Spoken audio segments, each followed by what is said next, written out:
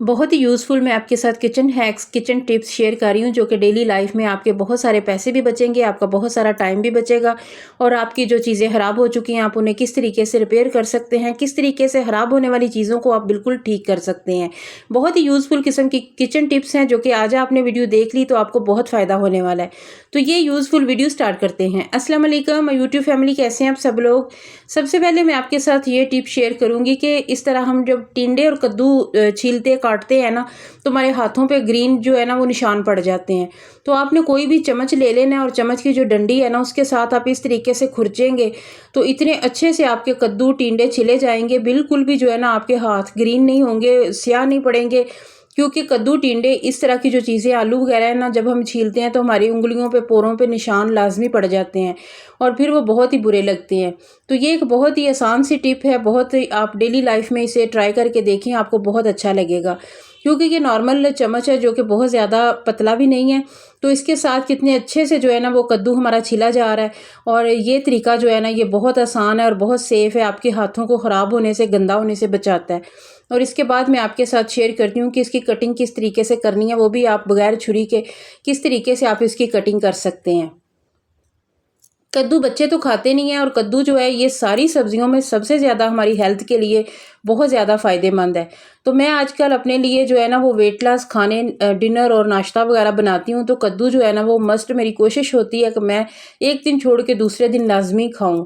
और इसका मैं सालन बगैर घी के बना के खाती हूँ और बहुत सारे मसाला जात लहसुन अदरक टमाटर प्याज वगैरह डाल के, बस घी नहीं डालना और जो मिर्च मसाले हैं वो बहुत थोड़े डालने हैं।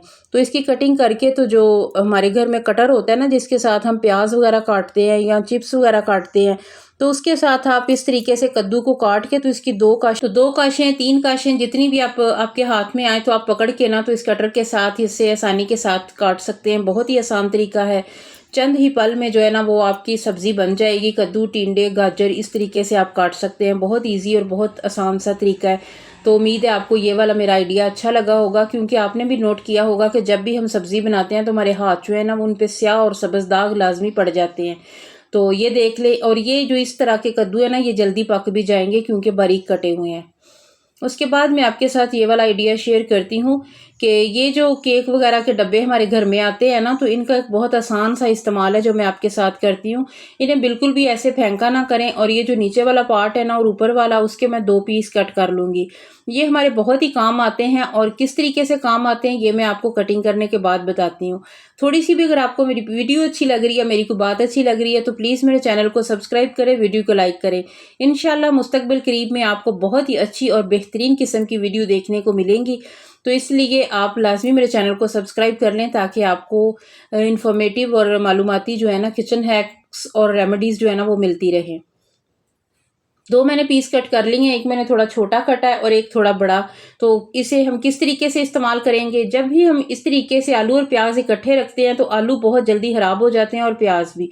कभी भी आलू और प्याज को इकट्ठा नहीं रखना चाहिए। और अगर आपके पास जगह कम है तो फिर मैं आपको तरीका बताती हूँ कि आप इसके नीचे कोई अखबार रख लें, या फिर जिस तरीके से मैंने ये गत्ते का कागज़ जो है ना ये कट करके रखा है, इससे ये होगा कि नमी सारी ये जज़ब कर लेंगे और आलू प्याज बिल्कुल भी खराब नहीं होंगे।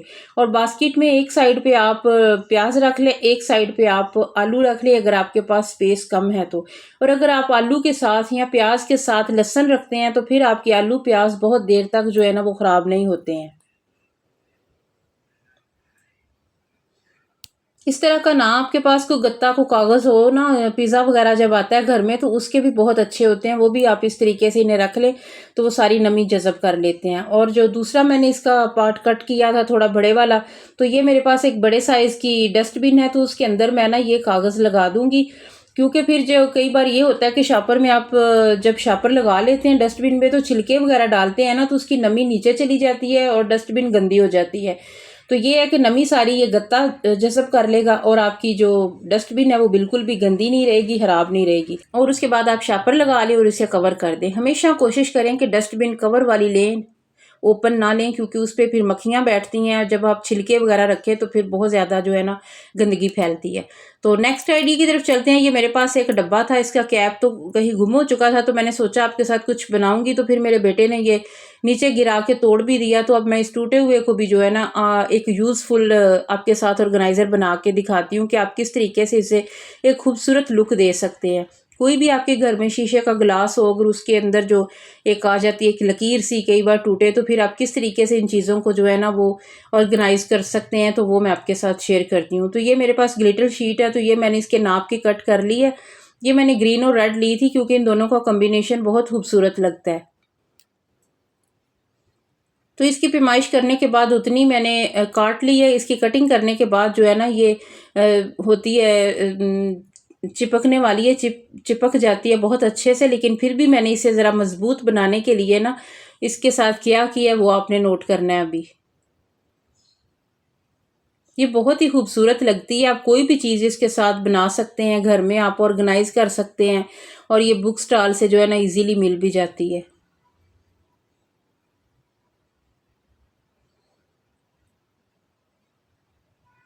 आपने चैनल को सब्सक्राइब लाजमी करना है, वीडियो को लाइक भी करना है, और कमेंट सेक्शन में लाजमी आपने अपनी राय का इजहार करना है कि आपको कौन सी वाली टिप अच्छी लगी है, और अगर कोई भी अच्छी नहीं लगी फिर भी आपने लाजमी बताना है, ताकि मैं खुद को इम्प्रूव कर सकूं और मुझे इससे बहुत कुछ जानने का समझने का मौका मिलता है। तो ग्लू गन की हेल्प से जहाँ पे शीट हमने लगानी शुरू की थी उसके ऊपर हमने लगा के और उसे दोबारा से ऊपर सिक्योर कर देना। इस तरह ये होगा कि ये बहुत आसानी के साथ खुलेगी नहीं और हमारा ये ऑर्गेनाइज़र बहुत अरसा तक चलेगा इंशाल्लाह। तो रेड शीट हमने लगा लिया। अब इसे थोड़ी सी खूबसूरती देने के लिए हम इसके ऊपर जो ग्रीन शीट है ना उसका थोड़ा सा इस्तेमाल करेंगे, ताकि ग्रीन और रेड जो है ना ये बहुत प्रोमिनेंट होते हैं और बहुत अच्छे लगते हैं। तो मुझे फूल वगैरह इतने बनाने नहीं आते हैं, मुझे एक हार्ट ही बनाना आता है, तो वो भी मैं थोड़ा सा लेके शीट इसके साथ इसकी कटिंग करके, अब पता नहीं किस तरह के कटे जाते हैं, तो बहरहाल जैसे भी हो रहे हैं एक आइडिया तो मैं आपको दे ही रही हूँ ना। आप फूल वगैरह छोटे छोटे काट के इसके ऊपर लगा सकते हैं, और मुझे तो बस यही आते हैं, तो ये मैंने इसके ऊपर थोड़े खूबसूरती के लिए ना 2 से 3 हार्ट बना के लगा दिए हैं।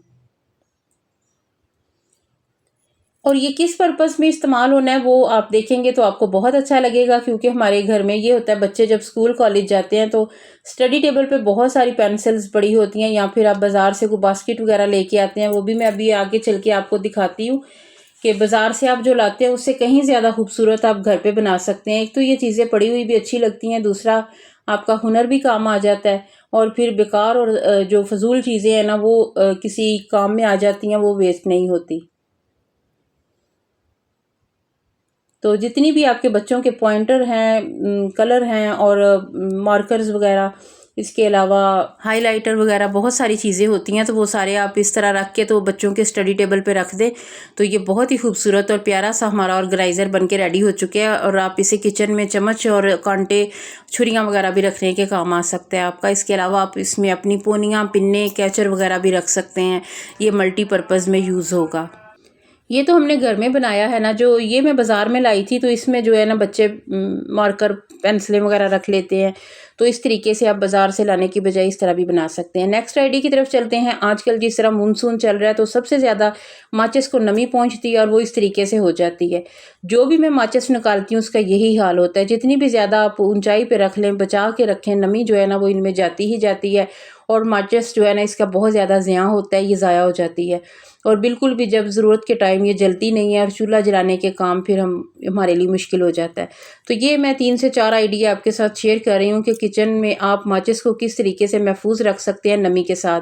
तो आपने जब भी माचिस लेके आए ना, तो उसका तरीका ये है कि इसे नमी से बचाना है, इसे महफूज रखना है, तो आपने एक साफ़ सुथरा डब्बा, एक कंटेनर ले लेना है, तो उसमें आपने माचिस डाल के इस तरीके से रख लें, बिल्कुल भी नमी नहीं पहुंचेगी, और जब भी आपने इस्तेमाल करनी है निकाल लें, इस्तेमाल करें। ये तो हो गया एक आइडिया। नेक्स्ट आइडिया की तरफ चलते हैं। वो नेक्स्ट आइडिया भी बहुत ही यूज़फुल है और बहुत काम आने वाला है। तो एक साफ़ सुथरे डब्बी में आपने माचिस डाल लेनी है, 2 से 3 4 जितनी भी आपके पास हैं। उसके बाद हाफ चम्मच के करीब इसमें आपने कच्चे चावल डाल देने हैं। उसके बाद ये होगा, आप बंद करके रख दें, कोई नमी आपके माचिस को छू भी नहीं जाएगी। ये बहुत ही यूज़फुल आइडिया है, लाजमी आप ट्राई करके देखें। इससे आपकी माचिस जो है ना, जितनी भी माचिसें हैं वो नमी से महफूज रहेंगी और बिल्कुल भी ख़राब नहीं होंगी। तो ये हो गया दूसरा आइडिया। तीसरे आइडिया की तरफ चलते हैं, वो भी बहुत ज़्यादा यूज़फुल है। जब भी हम इस तरह की मेडिसिन वगैरह घर में लाते हैं ना, तो उसके अंदर एक छोटा सा पैकेट होता है, और बचपन में ये मैं समझती थी कि उसमें जहर होता है, तो अम्मी कहते थे कि इसे हाथ ना लगाना। तो अब पता चला कि ये जहर नहीं होता, ये एक जेल होती है इसमें, जो कि हमारी चीज़ों को नमी से बचाती है। दवाइयों को नमी से बचाने के लिए ये अद्वियात के जितने भी होते हैं ना कंटेनर, उनमें होता है, तो इसे सिलिका जेल कहते हैं। तो ये आपने एक डब्बे में डाल देनी है, तो बिल्कुल भी हो ही नहीं सकता कि आपकी माचिस में नमी चली जाए, क्योंकि ये नमी को अपने अंदर जज़ब कर लेता है और आपकी चीज़ों की तरफ नमी को जाने ही नहीं देता। तो ये एक बहुत ही यूज़फुल चीज़ है। ये आप अपनी चीज़ों के अंदर, जहाँ पे आपको ये हो कि चीज़ें ख़राब हो जाती हैं, तो वहाँ पे आप लाजमी ये रखें, तो नमी से जो है ना आपकी चीज़ें महफूज रहेंगी। ये एक बहुत ही ज़बरदस्त किस्म का आइडिया है, लाजमी आप इसे ट्राई किया कीजिए। तो इसके बाद ये है कि आपने जितनी भी माचिस वगैरह है ना, उसे आप एक डब्बे में डाल लें, और उसके बाद इसका ये जो ऊपर वाला ये साइड पे होता है ना, ये मसाले वाली जगह, ये आपने कट कर लेनी है एक माचिस की। ये वाला आइडिया भी बहुत ज़बरदस्त और बहुत ही अच्छा है। तो उम्मीद करती हूँ जितने भी आइडियाज़ मैंने आपके साथ शेयर किए हैं ना, ये आपको कभी ना कभी काम आएंगे, आपका कुछ ना कुछ काम को ये आसान कर देंगे। तो आपने डबल टेप ले लेनी है, और उससे थोड़ा सा दरमियान में आप कट करके तो उसके 2 पार्ट कर लें, क्योंकि जो हमने लगाना है ना मसाला, वो थोड़ा उसी साइज़ का, और आपने ये टेप भी उसी साइज़ की कट कर लेनी है। ये बहुत ही ज़बरदस्त किस्म का आइडिया है, और आपको बहुत देर तक जो है ना ये आपके काम आएगा। तो जो मसाला हमने माचिस का कट किया है, उसके अंदर आपने ये टेप लगा लेनी है, और उसके बाद उस जार के ऊपर आपने इसे चिपका देना है, और उसके अंदर आप माचिस और तीलियाँ, जितनी भी ख़राब माचिस की तीलियाँ थी ना, वो मैंने उसमें डाल दी हैं, जो ठीक थी, जो ख़राब हो चुकी थी। और जब माचिस में नमी आती है, तो उसकी जो तीलियों के आगे मसाला होता है ना, वो भी नमी की वजह से ख़राब हो जाता है। जब भी आप माचिस को जलाने लगती हैं, तो वो मसाला साथ से जो है ना वो ख़राब हो जाता है, उड़ जाता है। तो ये एक बहुत ही ज़बरदस्त किस्म का तरीका है। माचिस आप इसके अंदर डालें, और अभी मैं आपको जला के भी दिखाती हूँ कि बहुत ही आसानी के साथ आप इस तरीके को फॉलो कर सकते हैं। आपके ये बहुत काम आएगा, और आपका बहुत सारा टाइम, पैसा, आपकी परेशानी बच जाएगी। क्योंकि मैंने दिखाया आपको कितनी माचिसें जो ख़राब पड़ी हुई हैं, और इनकी तीलियाँ जो है ना वो भी बिल्कुल ख़राब हो जाती हैं, क्योंकि जब माचिस के अंदर नमी जाती है, तो इसका मसाला भी बहुत ज़्यादा मुतासर होता है।